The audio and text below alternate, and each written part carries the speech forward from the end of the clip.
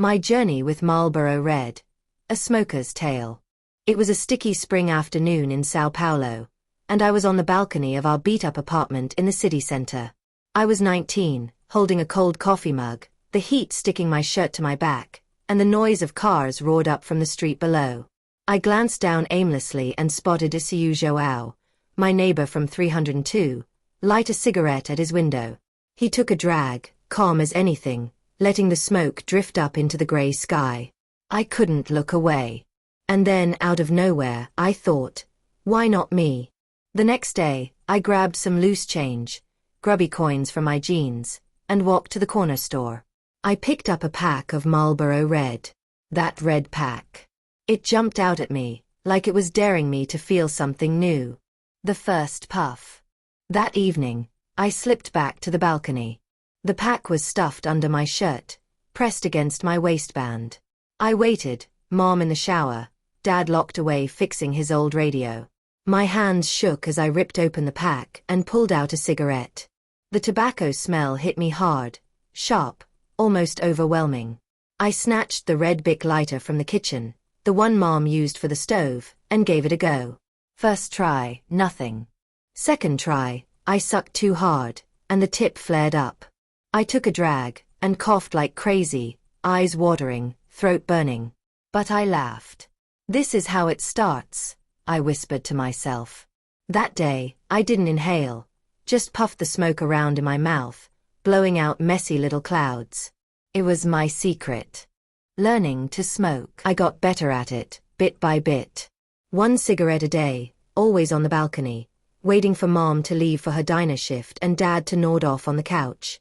I figured out how to hold it right, how to pull the smoke without choking, how to let it out quiet.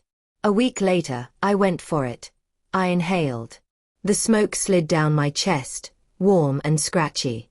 I coughed a little, but then this dizzy rush hit me. Everything slowed down. I liked it, despite that bitter taste sticking around. I hid the pack in my backpack, under my college stuff, and tossed the lighter back where it belonged. The habit takes hold. Months went by, and it grew.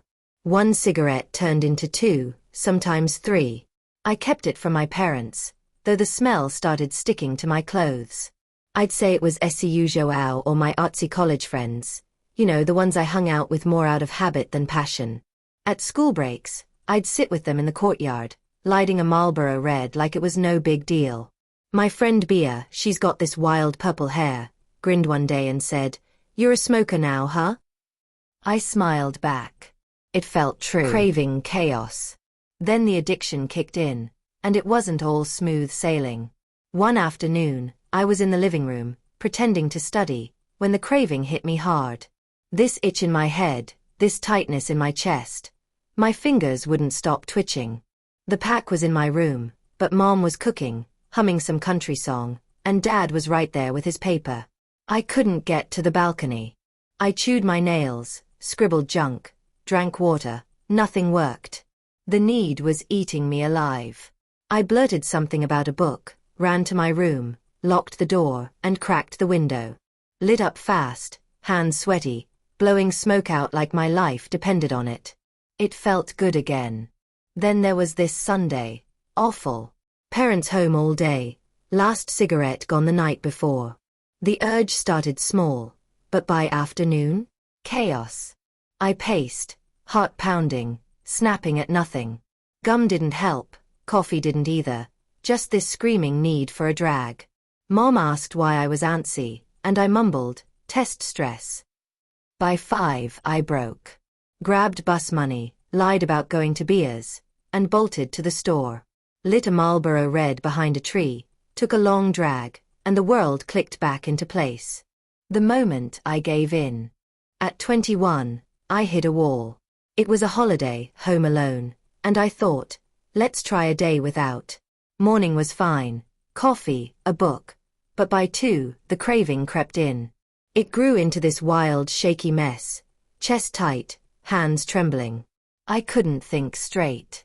I said, just today, I'll stop tomorrow. Lit up on the balcony, and the relief hit, but then it clicked. I wasn't stopping. Ever. My heart raced, Panic bubbling up. Life without cigarettes. No pack, no lighter. It felt wrong, empty. I sat on the floor, lit another, and let it go. No more fighting. I gave in, and it felt right. Caught in the act. They caught me one night. Nothing dramatic. I was on the balcony, smoking, lost in the city lights, when the door opened. Mom stood there, apron messy, Dad with his coffee. "This what you've been hiding?" she asked, pointing. I froze, then she laughed, all raspy and real. Dad pulled out his Continental pack. "No shock here," he said, lighting up. "We smelled it on you ages ago." Mom grabbed the lighter, sparked a Carlton, and sat down. "Do it right if you're doing it," she said, tossing me the bic. We smoked together, 3 plumes curling up into the night. They'd been smokers forever. I was just late to the party. Full-on smoker. By 25, I had my own place, a tiny spot in Villa Maddalena, living off freelance art and waitress tips. 12 cigarettes a day, more when I'd hit the bars or sketch late. My chest got tight sometimes, stairs wore me out, but that's life. Marlboro Red stuck with me. Its bite kept me going. It was there for deadlines, bar chats, sleepless nights. One night, some guy in a dingy bar asked, "You ever think of quitting?" I laughed, voice rough from years of it. "Quit? Nah. This is me." Lit another with my beat-up bic, the ember flaring. Blew the smoke high, like a mark of who I am. No regrets. Not the desperate days, not the surrender. Just me, pack in pocket, living my truth.